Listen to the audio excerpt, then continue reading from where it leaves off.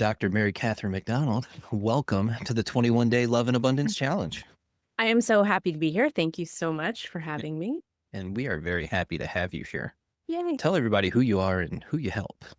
I am MC PhD on all social media. I am a PhD trauma researcher, author, and coach, and I work with folks dealing with all sorts of things having to do with trauma, either directly or indirectly. I've worked with previously incarcerated gang members, veterans, and then also just folks who are dealing with a huge transition in life, a divorce, breakup, career transition, all sorts of things. And I've written two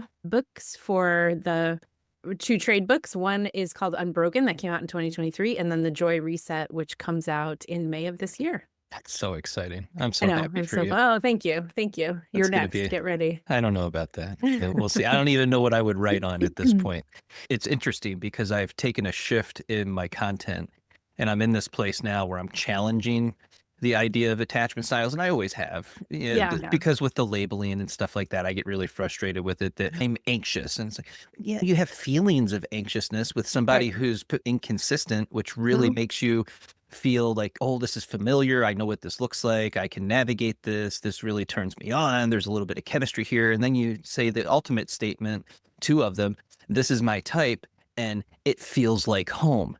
Right. So we make those statements, and I don't want people to feel limited by these things because it's really just meant for you to have just a little extra information about yourself to inform yourself about yourself and then be able to navigate relationships in a way that are going to be from a much healthier perspective instead of when I get these feelings, what am I supposed to do with that? We do some self-soothing and go for a walk. You do a little bit of journaling and you figure some things out that work for you and your nervous system. Yeah, exactly. Yep. As we talked about this before, but that's so up my alley because I think we're at a real risk sometimes of, and this is true of attachment style, but also anything else, of Anything. over-identifying with the label. And here's the label, and therefore this explains all of my behavior, past, present, and future, and I don't have to do anything to change. And that's not a recipe for growth and success. Are you familiar with Freya India? No. She's on Substack. She had taken herself off of social media, but she was on Chris Williamson's podcast, Modern Wisdom, recently. Okay. And she's got 2 episodes with him, one in the 700s, and then wherever he's at now, they just posted a new one. But hearing those 2 episodes and listening to what she had to say about Gen Z and just the challenges that they've been facing in terms of pathologizing, quite literally everything, and the impact that's had on young women growing up in today's world, so Gen Z and younger, and just the impact that's had on their overall mental health and the way they see the world and their place in it. It's just, we need more of that. We need more people who are willing to have those types of conversations because we don't need to be in this place where we pathologize everything. It's unhelpful. It is. And it's also the beginning, not the end. I think we've really misunderstood that when we pathologize something, if you go to the doctor, I just found out I have mono, which is hilarious. Oh, no. No, it does, but it's super validating because I've been sick for 5 weeks. You've And been I'm run like, down. yeah, what the hell is going on? I used to have an immune system. This is messed up. I had Bell's palsy, and mono is a trigger for that. And that's a super scary, weird thing. And it is the explanation of what's been going on, but it's the beginning. Now you heal. It's not, okay, you have mono, now you have mono. You do actually have mono for the rest of your life, but the active virus you don't have to deal with forever. We would never accept that kind of thing from the medical field of, here's your diagnosis, that's the end of the story. And so we shouldn't from psychology either. Here's your diagnosis. You're dealing with this attachment style. You have PTSD. Now what? Yeah, I think that's the question. Now what? Yeah, exactly. And so what do we do to answer that question for ourselves? What are some steps that somebody can take to inform themselves on what they should be doing next? With regards to what? Which thing? With literally anything, like the first step in a process to, once you identify that there's something that you resonate with, now how do we use that information? Yeah. So I think I was talking to a client yesterday about like how she's having this huge epiphany. And when you have an epiphany about yourself, it's a double-edged sword because you're like, oh, Brought to you by TikTok. where you're like, oh, this makes so much sense. And now all of these things that have happened in my life, whether they're behaviors or situations, fall into line and things are like, oh, this is so clear. But then it's also this kind of area of uncertainty. Now that you know this, what is your next step going to be? And I think the first step is understanding that like awareness is a step. So the fact that you have taken the initiative to figure out what's going on and you found something out there, whether it's in a session with a therapist or a conversation with a family member or a spiritual advisor or TikTok, whatever. Okay, I've taken one step. And then it's okay, I have to look in two directions. I want to look at the past and think about how this thing has impacted me. What brought me to this realization? Was it a pattern of behavior? Was it failures in career, relationship area, whatever? And then the next thing is how then do I want to live? I went to a Jesuit school and we had this thing, this framing every year of college of how then shall we live? So it was like, in a world of X, how then shall we live? And so it's like you point yourself at the future from this new vantage point of this step you've just taken. And it's okay, how do I want to live? So I have an ADHD diagnosis from TikTok. That means that my difficulty focusing or concentrating or relating makes a lot of sense. There's something real that's going on here. Now what? What do I want to change? How do I want to live? What do I want my life to look like? And the cool thing neurobiologically about that space of kind of future thinking and imagination is that it is an activity that turns on the hope circuit. And when the hope circuit is turned on in the brain, the fear circuit is by definition turned off. And so this is healthy for your brain and your wiring, even if you're not like taking immediate steps towards that future. Yeah, TikTok has been, and just social media in general, has been helpful in a lot of ways, but it's also served to be a detriment as well because we overly identify with a lot of different things. Yeah. And I don't want to get into specific topics, but there's things that we see, and it's now everybody has this one particular thing because there's these 10 various things that just put you in that category. And so we categorize ourselves, we label ourselves, and then this is who I am. And unfortunately, these also become excuses as to why you're not living that life of love and abundance, right? Where you're creating and generating the type of life that you really want to have. It becomes this upper limit that we can't seem to get past. But yet, because everybody else is pathologizing their life and their experiences, you don't want to be left out. So now you're living this small life in this space and feeling limited by the life that you're living. And of course, where does hope go? You don't have any. Unfortunately. Yep. And that's, I think, the key. That's so well said, because I think this is a tricky thing. Like how do you identify without over-identifying with something, whatever that is, right? And it's identification with the pathology is a temporary phase, right? And so you're like, oh, wow, like I have PTSD. Like this happens all the time with clients, right? They have something in their past where they recognize that they wouldn't have labeled it as traumatic. You're like me. Yeah, me too, right? I was 10 years into a freaking PhD and I was like, wait a second. What? I think some of this might apply to me. Oh, damn it. Yeah. And that moment of identification where you realize that your past now makes sense and you feel validated, and that's real and that's important. Over-identification happens when you start to fuse your identity with the pathology. It becomes and stays the most important, the only important thing about you. And the reason that's dangerous is not because we're like doing something bad or wrong. It's that when you fuse your identity with a diagnosis, you make it, by definition, impossible to heal. Because in order to heal, you'd have to put your identity at risk. And that's too vulnerable. Nobody's going to do that. And so it's like you set yourself up for failure in that way. Yeah, it's interesting because we see this a lot with online groups, and I'll use narcissism. I don't like talking about that, but narcissism and attachment styles is part of that. So we get into these groups, and initially it's amazing because I just read the book Attached, and what a great book. It told me who I am and who all my family members are. And then I sent it to everybody priority mail so that they can know exactly who they are and begin to fix themselves. And then we go online into these groups and we give all of our past experiences and we relive it over and over and over and over again. And then before you know it, you're 2 years into this online group and you've been living in the past this entire time, talking about all of these experiences and to some degree re-traumatizing yourself if there is trauma associated with that experience over and over again. And so at some point you really have to zoom out and allow yourself to be that observer and ask yourself, is this helpful or is this unhelpful? And I think in the beginning it's very helpful. Yeah. But at some point there has to be a limit to it. Yeah. It's, am I opening the wound or am I integrating? Yeah. Yeah. That's huge. That's really well said. And that's a great example too, because you have this like relational home and this community when you have this online group, and that feels great. And so again, if the only connection you have with these people is about this awful thing that happened, then you're in a strange situation because what are you going to do? Let it go, right? Then you have to also lose the community. Then you're facing another loss. So yeah, it's a tricky balance. Yeah, I do that a lot with people that get divorced and they find themselves in these Yeah. groups Yeah. and they connect through their just the trauma of divorce or the experience of divorce. And Mhm. then they end up getting married to each Yeah, other right. To each other. Yeah. because they identified with the pain of being in that. But Yeah. then as the years go on, and it usually doesn't take too long, they find out that maybe that's not the relationship for me actually, because what brought us together is no longer there. And do we have anything else in common, right? And Like, then you got to figure that out. It's a huge challenge. yeah.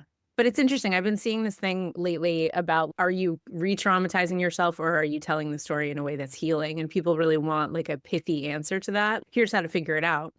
And I think it depends on the person and it depends on the temporality and the situation that you're in. Like Yeah. in the beginning, narrating and telling the story is critical. We know that, like without a doubt. If you're not telling the story, you can't integrate the trauma. And so it is necessary. That is an important part, but it's just important to make sure you don't get stuck there. And I think you can check to your nervous system to figure that out. Am I actually feeling a sense of embodied peace as I tell this story, or am I reawakening over and over again this wound that doesn't need to be reawakened?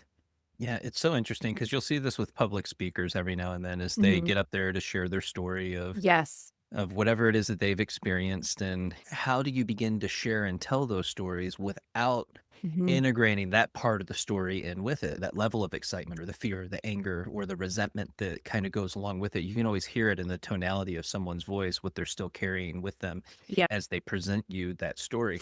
And of course, the goal with being a public speaker is to put the information out there and to help other people along in their process. And you're sharing Mhm. this so that they can Right. break everything down for themselves and say, "Oh yeah, that experience, holy smokes, yeah, that's absolutely amazing." Mhm. But then you're also exposing them to the anger, the frustration, irritation, sadness, loneliness, depression, and all the other experiences that go along with that. So Right. I'm Right. just curious how you navigate that as a public speaker. If you're integrating the thing, let's I have a bunch of answers. If you're integrating the thing, you will start to feel it less. So that is a good indicator. If you're still feeling it just as much, that's a good sign that you're just reopening that wound.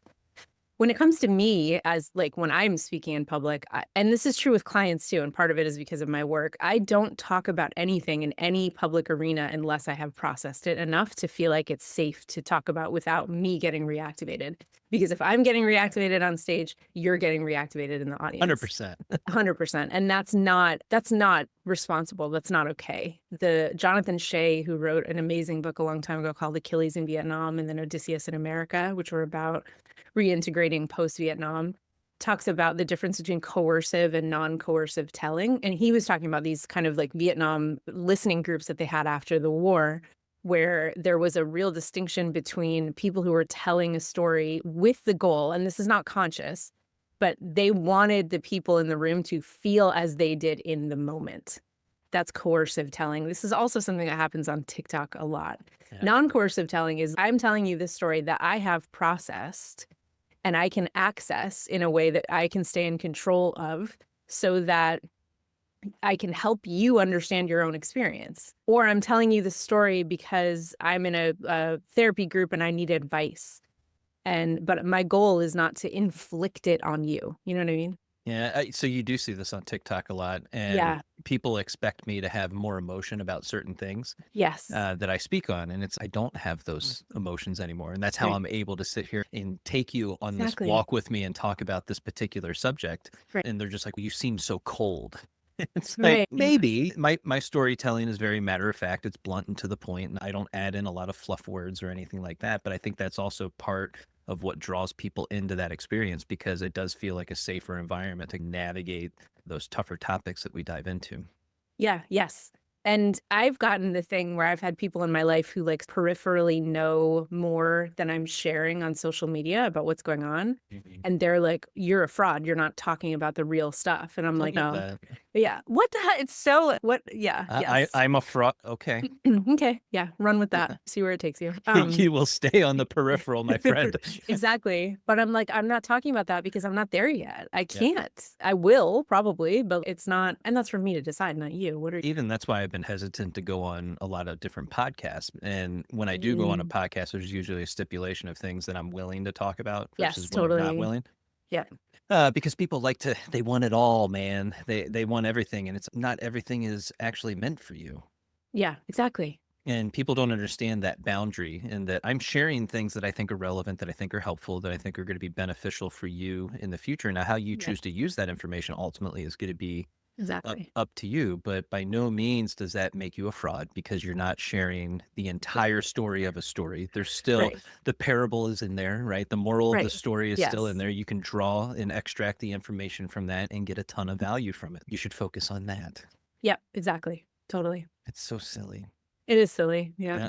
Now, your book Unbroken challenges the way we think about trauma. What does Mm. it mean that the trauma response is never wrong? And I also love your definition of trauma, if you'd share that with us. Oh, sure. Yeah. The definition of trauma that I use is very different than the clinical definition. And there's a lot of reasoning behind that, which we can get into if you want. But it is that anytime you have an unbearable emotional experience that lacks a relational home, you have a potential traumatic event. So anytime you have an unbearable emotional experience that lacks a relational home. And the reason that's so important is that we have, in the field of clinical psychology, we've spent the last 150 years trying to come up with the list of things that are traumatic. And the truth is, the more that we've learned about trauma and the trauma response, the more we realize that it's not actually in the event, it's in the way the event is metabolized in the person who's going through it.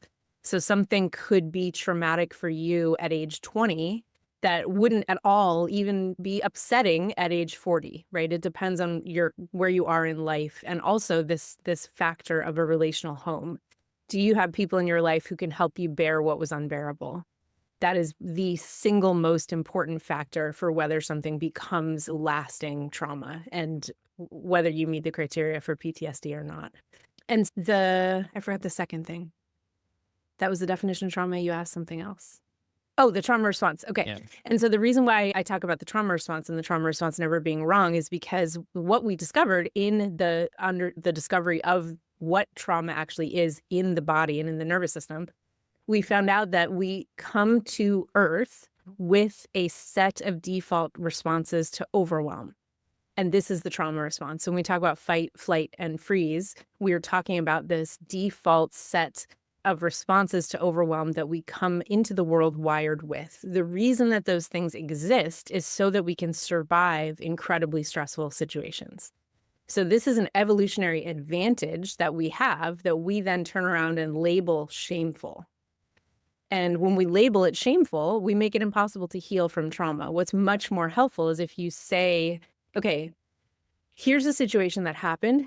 My nervous system clocked that situation as stressful enough to turn on my default alarm system. And then I didn't have any place to go with that unbearable experience. And so it got stuck. When we understand the biology behind the trauma response, that we stop shaming ourselves for having it in the first place, and then we can make it actually possible to heal. It's so interesting because it seems like we are wired for shame, that it's just Yeah. naturally a part of the human condition, Hmm. much like suffering, where Hmm. we tend to suffer a lot, and you don't escape life without a certain level of suffering that you learn to navigate. I feel like it's what we're put here to do, to be able to navigate the tougher, more challenging parts of what the human experience really is. But at the same Hmm. time, your nervous system is also primed in utero. And I was wondering if you could speak a little bit more on that to give people a little Yeah. bit more perspective. This is crazy, and it's people get a little freaked out about this. Don't be freaked out about it, because the other cool thing about the trauma response is that it is recalibratable. Yes, That's not a word, I made it up, but it's totally um, fine. if you get stuck in the trauma response or you have a sensitized trauma response, you can recalibrate it. It's just, again, about this issue of awareness. Do you understand the symptoms and how they're making you feel in your body? So I say that all to then go into this scarier part, which is that the mechanism, the stress response mechanism in the body actually starts to form while you are in the womb of your mother. And so what that means is that if your mother is in an incredible amount of stress, this can actually sensitize your stress response system before you're even born. And people really freak out about that, because then it's, okay, I'm traumatized by what my mother was going through, right? Let's say I gave birth during the pandemic. Now I've traumatized my baby because I was stressed out, right? That's not what that means. What it means is that You're working with a stress response system that's sensitized. And if you know that, there's tons of stuff you can do to recalibrate the nervous system. If you prioritize feelings of safety and relational connections, you can undo a lot of that stuff that happens in the beginning. But I think it's really important to understand that it forms before we're even born, because we also tend to look for the trauma. Right. We want to do a deep dive. We want to go to LA and do ayahuasca with some sketchy person and Do find not out. suggest. Do not suggest. No. No. And we could talk about plant medicine for real in a second, but we're like digging for the trauma because we think if I have this sensitized nervous system, I need to figure out what happened in order to heal it. And the truth is that we know that's actually not the case. That's a myth. There are many people who have a trauma that because of a brain injury, they cannot access. They will not ever remember, and they still heal. All you need is to figure out what the symptoms are and how those symptoms are taking hold in your life, and then you can heal from there. So yeah. Yeah, and then the meaning you give to it in that Yes. process. Yeah, that's one of the huge stages of healing is, so if we integrate the trauma and what happened, which can look like just recognizing and accepting what your nervous system is doing, it can also look like integrating if you know what the trauma was, you can integrate the story. And then the kind of last phase in the process is, what does it mean? What does it mean in my larger narrative arc, instead of this is the most and only important thing about me? Yeah, it's so interesting because we try to somehow hold people accountable. You need to go back and you need to do this work and you need to figure that out. And you got to go all the way back. You got to relive it, Yeah. go through the whole process. And it's me with where I'm at. I'm like, I don't think I do. As a matter of fact, that was actually pretty unhelpful. Yeah. When I was in therapy, I didn't find that useful with where I was at in the moment. Mhm. But that meaning behind things and what I associated with those particular experiences, that was the shift that I needed to say, "Ugh, okay." And then I was Mhm. able to take a breath and relax and step back from it and realize that you're not broken and Yep. the shame that is associated with it, you actually get to release that and let it go. And I don't think we tell ourselves that part of it enough. Yep. 100%. Yeah. And that's why this is when I work with my clients, and I've advocated for this in the field of psychology for so long. We need to meet the client where they are. If something is re-traumatizing, let the client tell you that and then stop doing it and find something else. I know I've told you about this book, but the book, oh my gosh, it's David Morris. What is the title? He wrote a book about his experience with PTSD and then his experience with, oh, the evil hours. You were Googling so quickly. I was. It's his experience with prolonged exposure therapy, which he describes as emotional chemo. He felt like it was absolutely making him worse. And when he spoke out about it, he was actually dinged by the American Psychological Association. And then Bessel van der Kolk came out and wrote a piece in the New York Times defending him. So if you are in, this is true of anything, if you are in some kind of intervention that you feel like is making you worse, and your clinician is telling you're wrong, that is the wrong clinician. Yeah, this really comes down to we have to look, even anecdotal evidence is still viable evidence.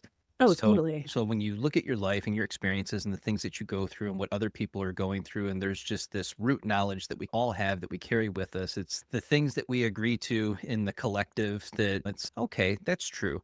You have to use that information to then challenge what other people are feeding you. It's Mhm. like just because they have PhD after their name doesn't make them any more intelligent than you are without that PhD. $1,000%. They're very good at what they do. Sometimes they're not even great at what they do. Let's be honest, because I Yep. know a few of them.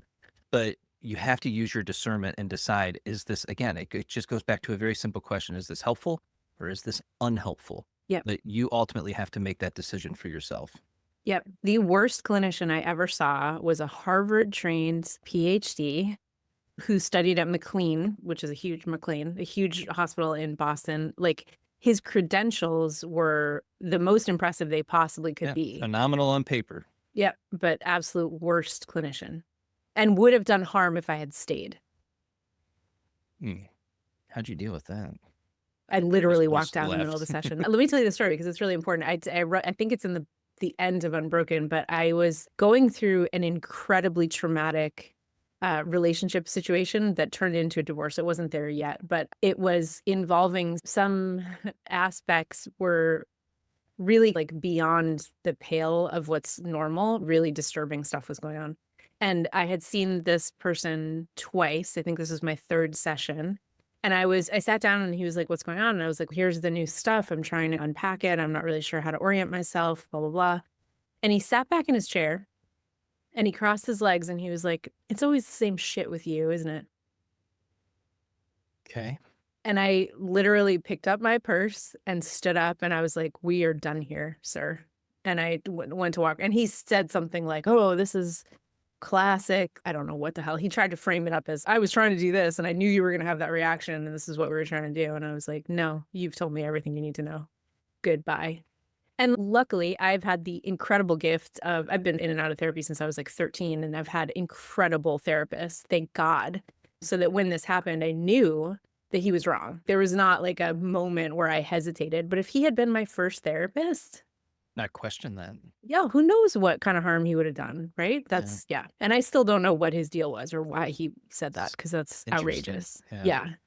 And that speaks more to trusting your intuition, right? Yeah. That Yeah. that inner Yeah. guidance system that exists inside of all of us, that Yeah. when we look for, everybody wants the red flags and the green flags, and it all sounds so nice, but it really just comes down to you're receiving a radio signal that you don't Yep. like, and it's telling you, "Hey, pay attention to this." Yep, totally. And the crazy thing is that the field of psychology has not caught up to this for some reason, but or the education behind the field of psychology hasn't caught up to this. But every single research study that's ever been done about which therapeutic intervention is better than the other has shown that it's actually the quality of the therapeutic relationship that determines the success of a therapy, not the intervention. And so you'd think then that the schooling would prioritize the therapeutic relationship over the intervention. And instead, of course, that is a part of schooling, but instead, people are encouraged to pick 1 or 2 interventions that are the only interventions that they then use, which then tells you what? That then you have only, as the clinician, you only have one thing. If an intervention doesn't work with a client, it has to be the client's fault because you only have one tool in your toolbox. It's always such an interest. I always talk to I teach college, so I have college students, and I always want to pick their brains about social media and whether they feel like it's a net positive or net negative in terms of mental health and psychology. And it's really actually hard to figure that out because we're destigmatizing things. We're so much more open to talking about mental health struggles, and that's so healing. Like that actually literally saves people's lives. Yeah. And at the same time, there's all this other kind of tomfoolery that goes on. I had students last summer who thought this is the most obviously AI video I've ever seen about like mind control chips or something, and they all Mhm. thought it was true. Even though there's no, you couldn't, if you watch the video and you're like, oh, I'm going to Google this to fact check, there's absolutely no evidence to show that this was true. They were all totally duped. And it was like, okay, we need Oh, that's some, so interesting. yeah, internet. You gotta Yeah, love it. help. Yeah, my biggest thing is there's always a lot of low-hanging fruit, Yeah. that we Yeah. don't generally do first. Like, sometimes a protein shake and going to the gym or going Oh for my a God. long Yeah. walk, all the self-care activities, it's just there's a lot of skills that get missed from age 0 all the way to how old are we now? Yeah. But we miss a lot of these things, or they weren't shown to us, and you only come across them when you realize that you've crossed your pain threshold plus one more step, and then you start searching for the information to help you out. But Yep. the first thing is first, it's get outside, ground yourself in nature, take care of yourself. What are you eating? What's happening in your life? Do you drink enough water? How's your sleep schedule? It's ask those questions, focus on that. And it doesn't mean you can't do therapy in tandem. That's not what I'm saying. Oh, of course. But you Yeah. got to go for the low-hanging fruit too, because as you're doing those things in tandem, all of a sudden your physiology changes, your mindset Yeah. changes. There's a lot of positive shifts that occur. And we've shifted into this place where it's like, oh, my 5-year-old has ADHD, and now we're gonna do some stuff. I'm like, I don't know about that. Yeah. Yeah. Yeah. Yeah. And can we talk about alcohol for a second? Sure. Because this is something that, and this is, I want to just say this. I don't think that alcohol is the devil. I think it is a medicine. I think we can use it most people can use it in moderation, right? But if you are drinking a bottle of wine every night, you need to understand that you are ingesting a depressant. It is a central nervous system depressant. What that will do is depress your central nervous system. You are not above that. Nobody who has a body is above that. And so if you are feeling depressed, you have to be willing to alter that habit to see if it makes a difference. Because so often I will see a client who's just really struggling with depression or with these feelings of, I just feel like I can't really get going in the morning. I don't have any motivation. Then that kind of spirals into career issues. Then they're stressed in their relationship because their career is suffering. And it's, have you tried like tightering down to one glass of wine or one beer instead of the bottle? No, of course not. It's not even, it doesn't even come across the radar. Same thing is true of caffeine, right? If you're drinking Diet Coke, I had a client recently who was really seriously thinking about going on medication for anxiety. And then I found out he was drinking like 8 Diet Cokes a day.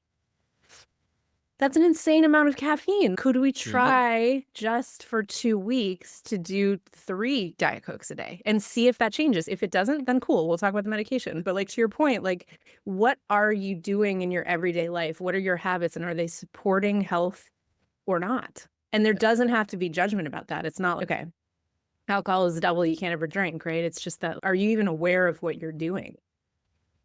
No, I think that's hugely important. I'm at the point now where I'm 3 years sober, Mhm. and Good for you. I don't like saying sober, I'll be real honest, because I don't know if I'll ever have another. Maybe I'm in Mexico and I want a foo-foo drink and it's 5 years from now. I don't know. Haven't been put in that position yet. But as far as like hanging out at the dive bar, going to sing karaoke, not that there's anything wrong with those things, it Yep. just doesn't interest me anymore. And so I find myself, you feel physically, mentally, emotionally, spiritually better. You sleep better. And then, of course, I got other things in line with my health that now you feel like a wrecking ball, like you can do just about anything. Yep. Yep. Totally. Yeah. That's awesome. There's that. I heard Cheryl Strayed talk about, I think it was like during the pandemic, she realized I have this kind of habit where I drink like kind of half a bottle of wine a night. And I've never really looked at this. She got some bug while she was traveling and she was like, I'm going to just stop and see what happens. Maybe this is diminishing my immune system function or whatever. And she realized that it was having a huge impact, just as you said, on her sleep, which maybe it didn't in her 20s. Right. But Right. now that she's in her 50s, I actually Difference. can't, Yeah. my metabolism is different. So everything is going to be different. And No, she no was more like, Frank the Tank, guys. oh, I love that movie. And she was like, what she subscribed to, she now calls the birthday cake theory of alcohol, where I'm going to drink about as many times a year as I have birthday cake. She doesn't consider herself like sober because similar to you, I don't know, maybe I'll have champagne at someone's wedding. It's not like I stopped because I have a problem with it. I stopped because it was impacting me. And it was more of a coping mechanism for certain Yeah. things that I was going through in a time period. And so it's interesting when you start looking at the relationship that you have with these external things. And it's all things. It's your phone, it's, Oh my God. your diet. But if you can dial in on just a couple of these things, like, Yep. and then like you said, start to track, do I feel better? Is this making an improvement? Is this helpful or unhelpful? Right. And then you And find out like, "Oh shit, this is pretty helpful actually." And you're like, "Okay, I'll just keep doing this then." And it's, yeah, keep doing that. And then tell yourself that you're going to keep doing that. yep. And I think, And then don't kick yourself when you're yes. That is stop exactly the doing it. thing. Like every behavior seeks an end. Every behavior seeks an end. So everything we reach for has a purpose. And if we can look at that without shame, then we get tons of information about what we need and what are other options to get those needs met. So if you're someone who's dealing with, I was having this like insane sugar craving last night. And I was like, and it was one of those ones where at some point it becomes like food noise. It's all I'm thinking about. And I'm like, what? This is really strange. What's going on? This feels out of character. And it was like, okay, I'm going to go buy a chocolate bar and then I'm going to think about what is going on. What is this about? Not that there's anything wrong with that kind of craving. I just don't usually have that. So it was like something's going on here. And I think I just needed some dopamine. This has been a really hard year. And I've been sick for a really long time. And that's a drag because I don't have my usual ways of getting these positive hormones into my brain. And so my genius, miraculous body is, you know what else works? Chocolate. Let's do that. And if I shame myself and I label that and I say, oh my God, I ate sugar and sugar is evil and I can't believe I did that. Now I feel bad. Now I'm creating another additional stress cycle in my body of shame that is totally unnecessary. And I don't get any of the good information that I just described. So yeah, That's so good. we have to shame ourselves less. It's never helpful. Yeah, it's not. But it's so easy. I just So made a easy. video on it. You did? What were you writing? It's entitled Negative Self-Talk, and it's just me doing a portion of my morning routine, making my coffee, and then I did a voiceover with it. I'm like, oh, look at this guy. It's Making funny. his coffee like an Yeah. idiot. Oh man, just annihilating myself a little bit. Yeah, But you got to poke fun at yourself and bringing that to light. And of course, the algorithm didn't like it because it's new content. But I think it's funny. I think it's hilarious. And the it people is that saw hilarious. it, they identified with it. They're like, man, me too. I do this all the time. Why do we do this? Why Yeah. do I have so much negative self-talk? And how can I start to combat the negative self-talk? I have a great suggestion here. This pushes the needle so far. It's like hilarious. But so this comes from the world of self-compassion work for like Kristen Neff and Christopher Germer. Their work is amazing. If you're dealing with that kind of internal negative self-talk, that's a great resource. And they've been around for a long time. So there's tons of like free stuff online you can find of theirs. But so I did the same thing. This is a couple of years ago. I was like, okay, let me tune into my inner monologue and let's just see how things are going. Because I was feeling really limited in a bunch of areas of my life. And my inner monologue was so nasty. It was like, it like made me like blush. Like it was like, if I forgot to set off the dishwasher, it would be like 24 hours of like vitriolic hate at myself in my head for this completely like benign, I don't even know you call that a mistake. It was just like you missed that on your way to bed. You Yeah. know what I mean? Like, but it was like, you're an idiot. You're an adult. You're not an adult. How have you gotten this far? You don't deserve anything you have in this life. How could you ever be in a relationship with another human? It was just like, and I was stunned because I had no idea. I'd never really tuned into the channel when I How are sort of we paid on the same attention. station though? I don't understand. What? We could talk about that. But so I was like, what am I going to do about this? This feels really overwhelming. Again, this is like all this vitriol. And I just started saying to myself out loud, like as many times a day as I could stomach it, you're doing a great job. You're doing a great job. You're doing a great job. And sometimes I would list it. I'd be like, hey, you're tired today and you saw 8 clients and you were present for all of those clients. That's awesome. You're doing a great job. And it sounds, you don't believe it at first. It sounds so silly. But when you do that sort of by rote, you actually start to rewire your brain. And so those automatic negative thoughts, those ants, stop triggering because they're not so automatic anymore. And that's, I know it sounds so small, but I still am shocked by how big of a change that one thing made. Okay, so then back to your question of like, why are we on the same channel? Why do you think we're on the same channel? I have a I theory. don't know. I have no idea. I know what I've done to combat those thoughts and those feelings, and it's worked well for me. A big part of it for me is the physical fitness and making sure I'm being Yeah. honest and truthful with myself on what I'm doing and what I'm not doing. And if I'm not doing something that I should be doing, then I make sure that I do the thing that I should be doing Hmm. because you know that you should be doing it in order to Right. move things along and push things forward. Yep. And so when I align myself with that, there's less negative self-talk and Mm. where the simple things I don't annihilate myself for that because I'm doing the bigger things that I know that I should be doing. Yep, totally. Yeah. It's and I think one of the reasons, so shame, if we go back to biology, this is always helpful.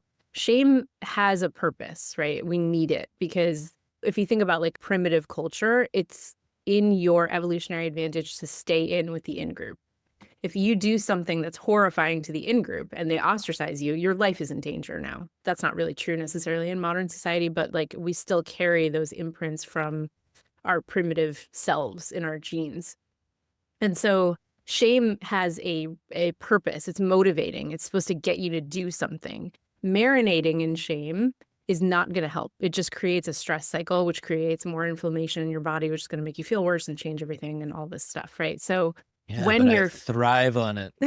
that's the thing. We think we do, right? Yeah. Like we think because we've had like experiences in the past where you shame yourself into an action, Yeah. you then get the sort of missed connection in your head of, oh, okay, the only way that I can motivate myself is through shame. The only way I can have love and abundance is to Right, shame exactly. myself. Yeah. But the truth is, it's not a sustainable energy source. We can No. replace it with a more sustainable energy source when we figure out what it's trying to do. And so when you turn to it and you're like, okay, I get it. You're trying to motivate me. I'm going to find a different way. Then it will quiet down. But it's, yeah, it can be a very, sometimes parts work is really helpful there from internal family systems where you're like, okay, what is this part trying to do? What is it trying to protect me from? Is it trying to keep my life small? Is it trying to protect me from risk or fear? Or is it trying to whatever? And then once you figure that out, then it's easier to unravel. And this is a really good segue into joy.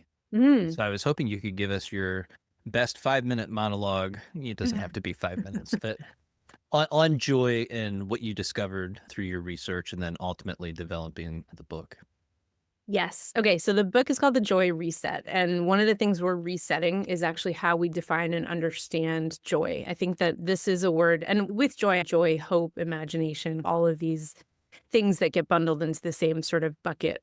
We have taken joy to be this sort of frivolous, silly thing that, like, it's for kids, or it's maybe you have joy once every 10 years. Yeah, But that's what for other people, not yeah, me. it's a luxury I can't afford. And so during the pandemic, I started really deep diving into joy because it was such a hopeless time. And all of my clients, as I'm sure all of you, were dealing with like the stressors that were going on that were very real and unprecedented, on top of the stressors they already had going on and that were continuing to unfold: terminal diagnoses, cancer, divorces, life stress, job loss. Job loss. Yeah, Right. all of this stuff was happening all at the same time. And it was like, okay, positive psychology tells us if we tap into joy and gratitude and hope, this will heal us. How can you possibly do that when the world and your life is crumbling from underneath you? And so I started being like, okay, what's out there for folks who've dealt with trauma? How do people, if you've had trauma in your life, which can recalibrate your nervous system towards fear and hypervigilance, how do you get back to joy? And there was nothing, because most people in psychology were like, okay, the stuff about joy and gratitude and hope, that's for people who don't have trauma. People who do have trauma, yes, they could stand to heal the most from this, but we don't really know how to build that bridge. So the joy reset is about building that bridge. How do we do that? How do you actually welcome in and start imprinting joy and gratitude and hope if you are at this place in your life of really intense darkness? And so I came up with this theory about 6 joy thieves that steal joy away from you. And they are hypervigilance, emotional numbing, fear of loss, fear conditioning, guilt, and shame. Damn, I know. God, And it's all of it. I know, right? Yeah. And you might be dealing with one of those. You might be dealing with all of them. It depends on what you're working with. But the book breaks them down by chapter and then talks about, okay, so you're dealing with hypervigilance, here's what you do. You're dealing with emotional numbing, here's what you do. And here's what's going on, and here's why that makes sense too, right? There's nothing wrong with that. And so a big takeaway in the book, and there are a couple of big ones, but one of the biggest is that our nervous systems get recalibrated to believe that joy is dangerous. And so letting it in is impossible, becomes impossible. And so we have to turn to joy almost as we would turn to a trauma and microdose the tiny little joys so that we can recalibrate our system to become comfortable with joy and hope in general. Because the number one thing I was seeing with clients is that I would float this idea of joy or hope or gratitude, and they would literally tell me to fuck off, which I completely understood because I would have done the exact same thing. Yeah. But I had one client, I tell the story in the introduction, who was going through a really hard time. There was nothing, and I was just in the cusp of this research and figuring out, okay, but joy and hope are really healing for the brain. So how do we get this into your life? And I suggested some things to her, and she said, you know what? You're not listening. Fuck you. And she closed her computer, and I never talked to her again. And that was that's on me. It was the right intervention deployed at the absolute wrong moment, right? That's like telling a drowning person they should try yoga, like not at now, right? And so I took that really seriously and was like, okay, how do we look at these practices from positive psychology and try to adapt them for people who are resistant? That's important. Their resistance is important. It tells a story. Yeah, it's so interesting. Did you do anything on retroactive joy? No, what do you mean? There's so many things, and this is what I've developed for myself because I was somebody that couldn't really tap into joy. If you don't see it, if you don't recognize it, if you don't acknowledge it, if it's never been a part of your life, then how do you know how to receive it? Yeah. So you go through life and you have all these accolades and things that you do and things that you should be proud of yourself for. But Yeah. because we carry that negative self-talk and the shame, and that goes along with us on this ride of life, and we don't know how to deal with it or navigate it. And for a lot of us, we don't even know that it exists. It's just a natural part of this is just who I am. And so there's that, again, that level of awareness that we just haven't hit that place yet. Mhm. And going back in different places in my life, it's much like inner child healing, where I would Yep. go back to certain places that I knew were important or pivotal to me, and I allowed myself to have the experience of being proud of myself and Mhm. acknowledging the hard work that went into it, and sitting there with the language that I have today to be able to explain that situation and what I was going through. And the most recent would have been with my master's degree. I did it Mhm. because it was just yet another thing to do. And here's another accolade. And yeah, so what? But people are proud of you and they love you and they recognize that, wow, you Yeah. did a really hard thing and you were working full time and you were taking all this time off to go and it took you 2.5 years, right? And Yeah. and it was a lot of time, it was a lot of effort that went into that, but for me, I was numb to the entire process, and even getting up there and you get hooded and all that other stuff, it's okay, Yeah. yeah, great, and then you walk away from it, and then that's it. So, I had to sit back with myself, and during meditation sessions, I would go back to that experience and allow myself to actually feel what I should have felt in that process, Mhm. much like we would visualize the future Yeah. of this goal that I have that I want to attain in the future. I have to understand the feeling associated with that in order to draw it into my current experience. And then I got to get to work in the present to make that Yeah. happen. The present work for doing something in the past would actually be that visualization and traveling back to that moment and I allowing freaking love yourself to this. have it. I freaking love this. I'm gonna run with it. I will always cite you, I promise, but I love this because I think that's such a heartbreak when people do start learning how to welcome in joy, and then they look back and they're like, "Oh my god, my wedding day, my graduation, the when I had my child," like, all of these things that you should have felt celebratory about, they just didn't land. And I love the idea of going back and visualizing that and letting those emotions in because it almost closes the circle. And I wonder too if you could also in some cases like get a redo, right? Could you have another graduation party, right, at your house and Sure. celebrate in a way that you didn't before? Or yeah, I love that. I love that. Yeah, and the things that I would associate with that is going to be joy, resilience, and capacity. Yes. Yep. Yep. And speaking about resilience, this is one of the things that's so exciting. We have been studying resilience more intensely because we know it's the counter to trauma, right? So if you have And it's been trauma, stolen from us. it's Yeah. been stolen. Yeah.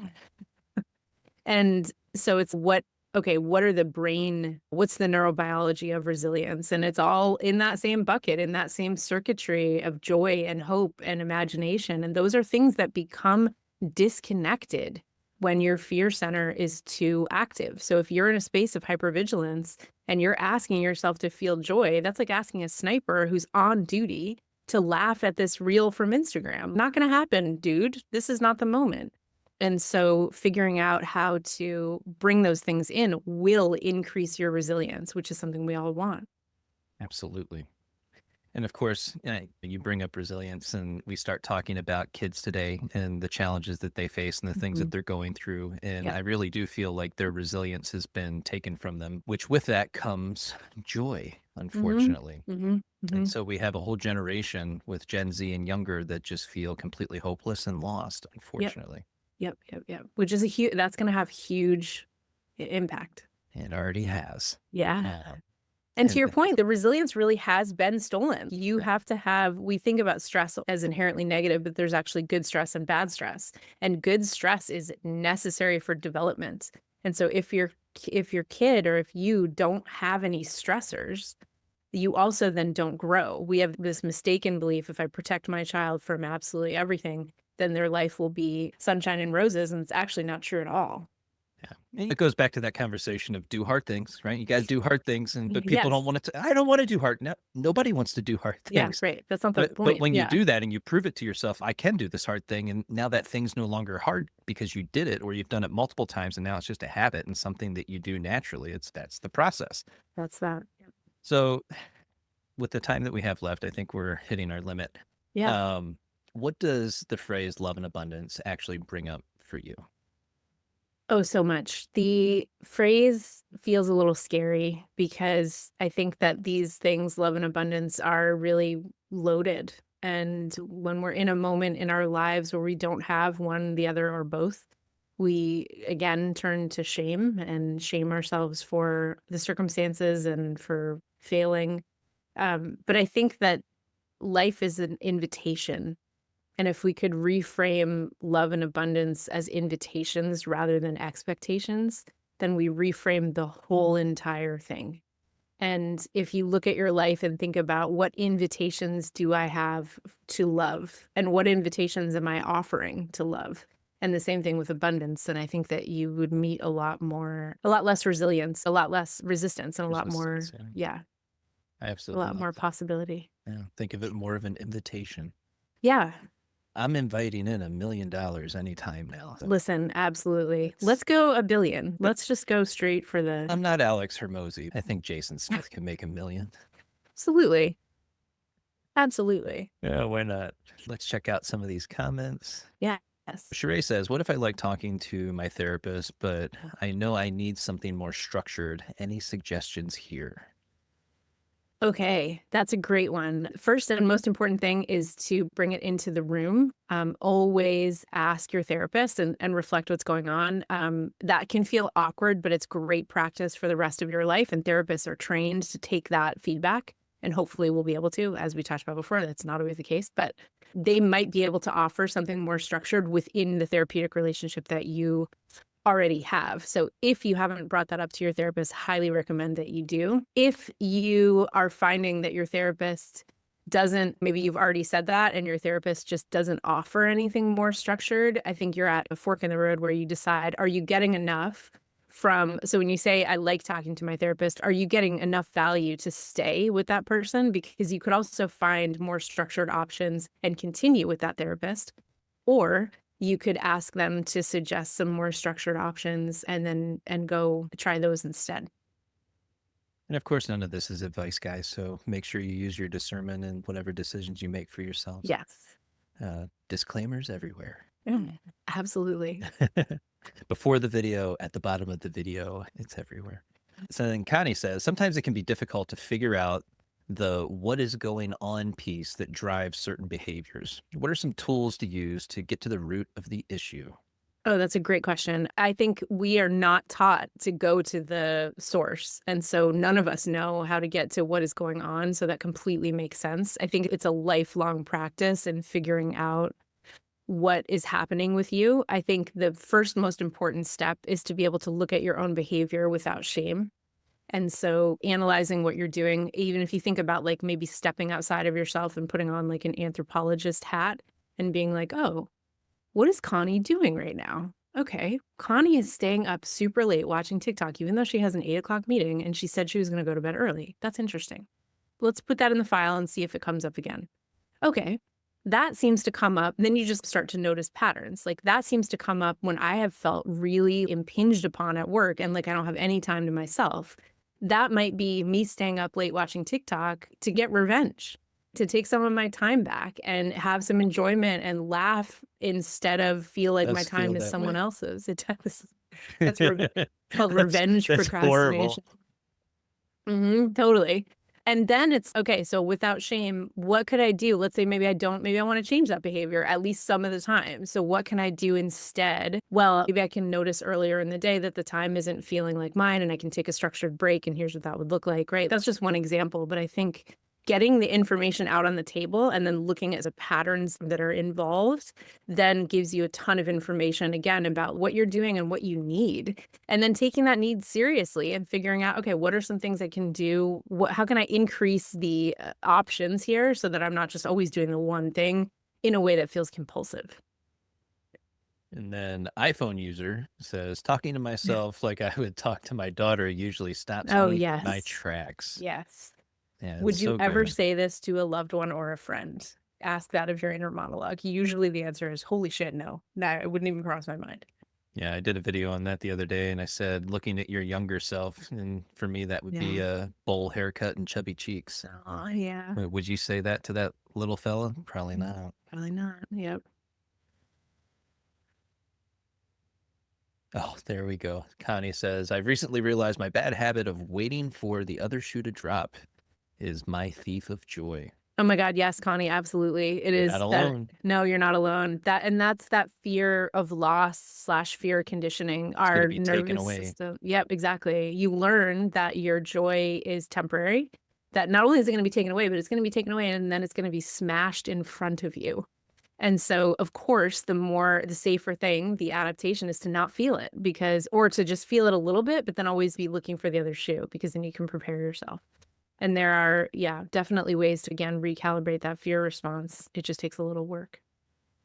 Sheree says, immersing in nature helps joy take over when I'm struggling. Absolutely. Oh, yes, this is great. Okay, here's a book recommendation. This book is by Dacher Keltner. I'll put it in the chat. It's called Awe, and it's like the science of everyday wonder. Dacher Keltner is a researcher in Berkeley, California. He studies emotions and awe and the reason that things like nature impact our wellness so much. And so he wrote this book called Awe. I think it came out last year. It's incredible. He's also someone who's done a ton of podcasts, so you can Google him and find a bunch of information to dip your toe before you buy the book. And the idea is that there are these sources of awe that turn on the same brain circuitry as joy and hope and imagination, which then by definition turn off the fear circuit, the anxiety stuff. And nature is one of the 8 sources of everyday wonder. And so being out in nature is something that turns on awe and turns off fear. Sure, I said maybe he's my neighbor. Maybe. He's delightful. If he's your neighbor, you should go hang out with him. What other questions do you guys have? Feel free to chime in or open up your microphone and hit us with it. I want to say something really quick about the brain circuitry because I missed that in joy. But in case you haven't heard me say this before, or you haven't heard this information, there was this study that came out in 2015 that no one talked about except me, which I don't understand, that showed that joy actually inhibits fear. And so what they realized is you can think about this as 2 circuits in your house, right? Like the circuitry in your house has limited energy. It doesn't have all the energy in the world. And so if you live in an old house like I do, if you have the air conditioning on, you can't turn on the microwave or your hairdryer.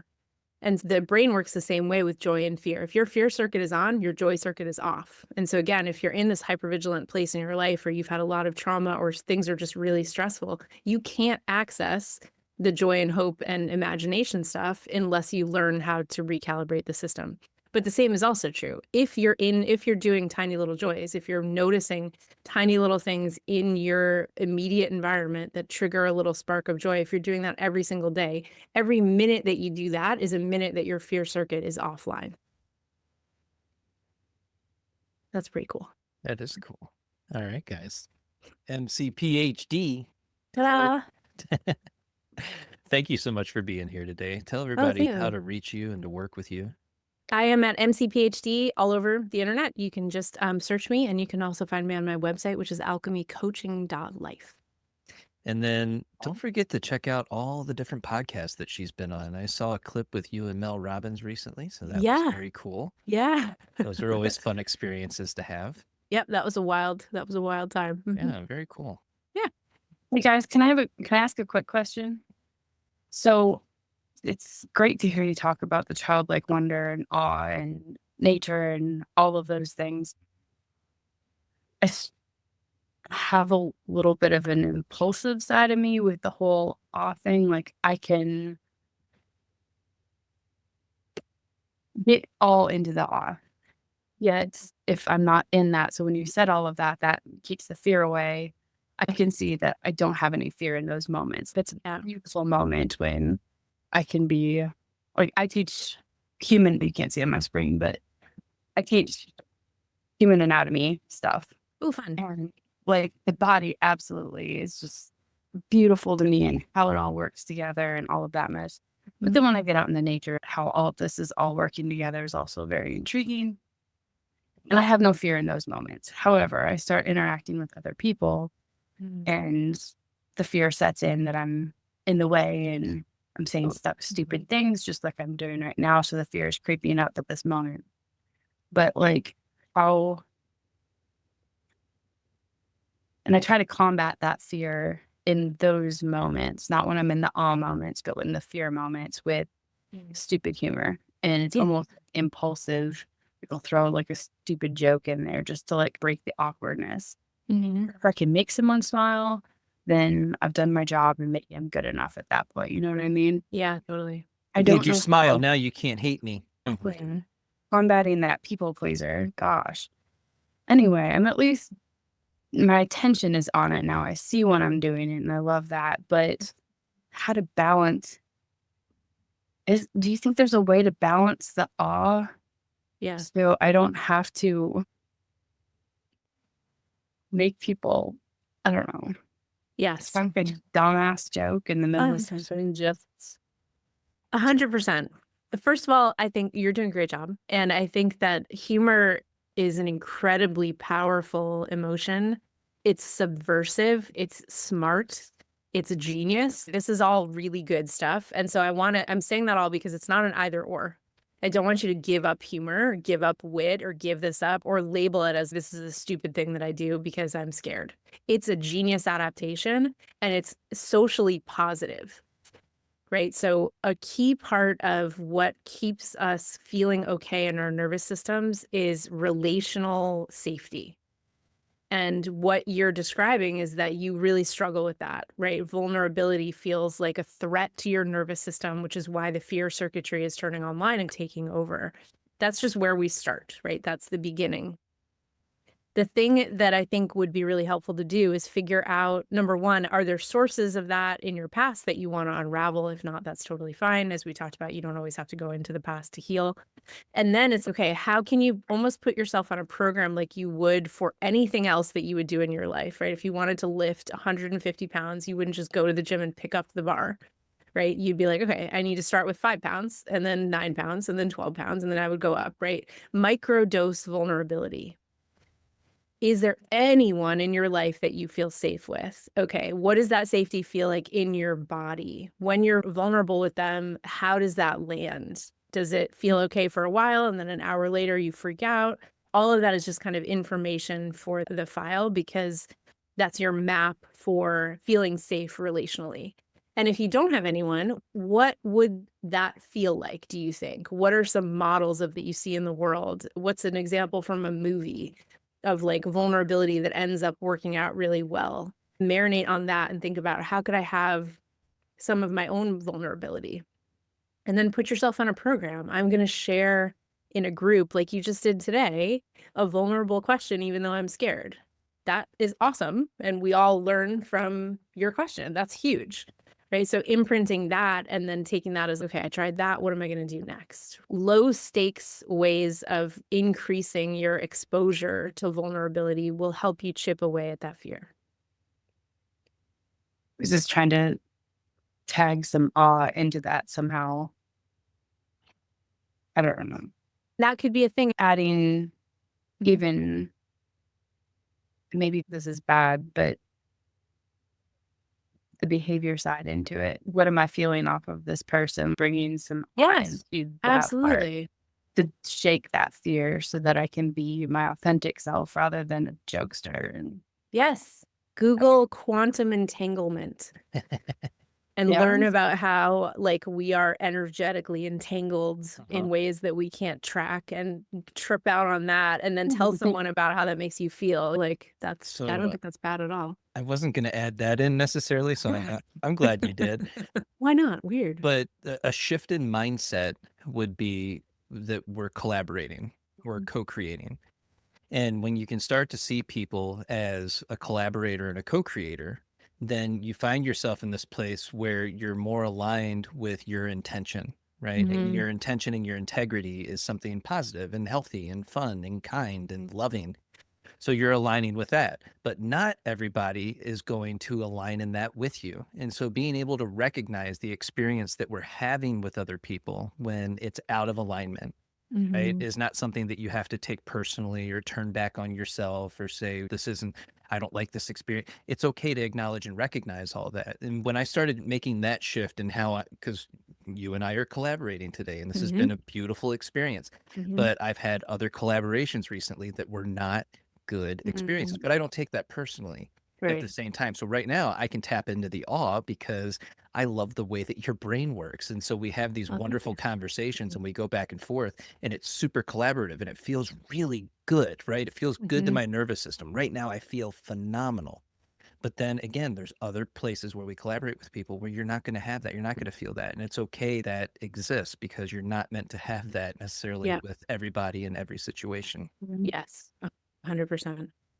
And if someone is lighting up those alarm bells and the fear, you're like, wow, I'm noticing the fear is really going off. There's a reason for that you Right. might not want to conquer it in that moment. Yeah. That, and to your point on that one, a co-collaborator, my guard immediately went up with that one because you have to have a certain level of self-respect. Like I belong there to have that collaboration with this important person. So I, that's a I, whole I nother. do know what you mean because there was a time where I didn't know MC. I There had, was? I don't remember yeah, that. and I only had a couple. I was fresh out of being a police officer. I just started a podcast, and I get this content creator that has thousands of more followers than I did at the time. I think I had 2,000 followers, and for whatever reason, you said yes. I asked you to be on the podcast. You're like, yes. I'm like, I said, hell yes, yeah. I absolutely. was like, awesome. But Yeah. at the time, did I feel worthy of that collaboration? Absolutely not. I didn't have nothing sufficient in that time to say that I am worthy of having these types of collaborations with what I Mm, was creating in that moment. But yeah. it was so aligned with my purpose and what I was trying to do that I consider it a divine intervention that we were put in front of each other to connect and to collaborate. Absolutely. And I love that because it's like sometimes we want everything in the first hit. Like I want to have the worthiness, then I want to not feel the fear, and then I also don't want to ruminate later. And we're asking our systems for way too much. The worthiness comes from the reps. That's why the exposure is so important and the tiny kind of pushing yourself a little bit and a little bit, because then you get to a different place, but it takes time. And then it gets to that place where you start, it's like a pattern interrupt, right? So you're about to tell Yeah. you're about to tell that joke and you can stop yourself, just quick physiological sigh, double inhale in through the nose Yep. and a long exhale out. Most people aren't going to notice that you do that, right? Yep. And it's a way to regulate your nervous system in the moment. We would do that prior to entry on booting doors, right? You do that, and it's just because you're about to do something really Yeah. intense, right? So you get that breath and you allow yourself to relax a little bit. Yep. And then you're putting yourself in a better position to interact with other people, but you're also stopping yourself. It's much like I said earlier in previous conversations where I would tell myself, we're not talking about this today. And I would tell my brain, we're not talking about this today. And that would be a repetitive statement that I make. So it can be the same thing Yep. with a self-deprecating joke or just a joke in general, Yep. trying to ease the tension that you're feeling that they're probably not. Totally. I do appreciate it. Thank you guys. Yeah. Yes. Like we said, it's all reps. It is steps in a process. And I know that can sound a little lackluster because we want the hit and we want it now. I want everything to just Yeah. be perfect now, but it's Mm. no, we have to implement some steps and it takes time and it'll take some months or weeks or sometimes years. Hopefully not, but sometimes that's the way it is. And Yep. some of these things are Totally. lifelong. There's just things that I know I'm going to carry with me forever and ever. But it's that capacity that we talk about.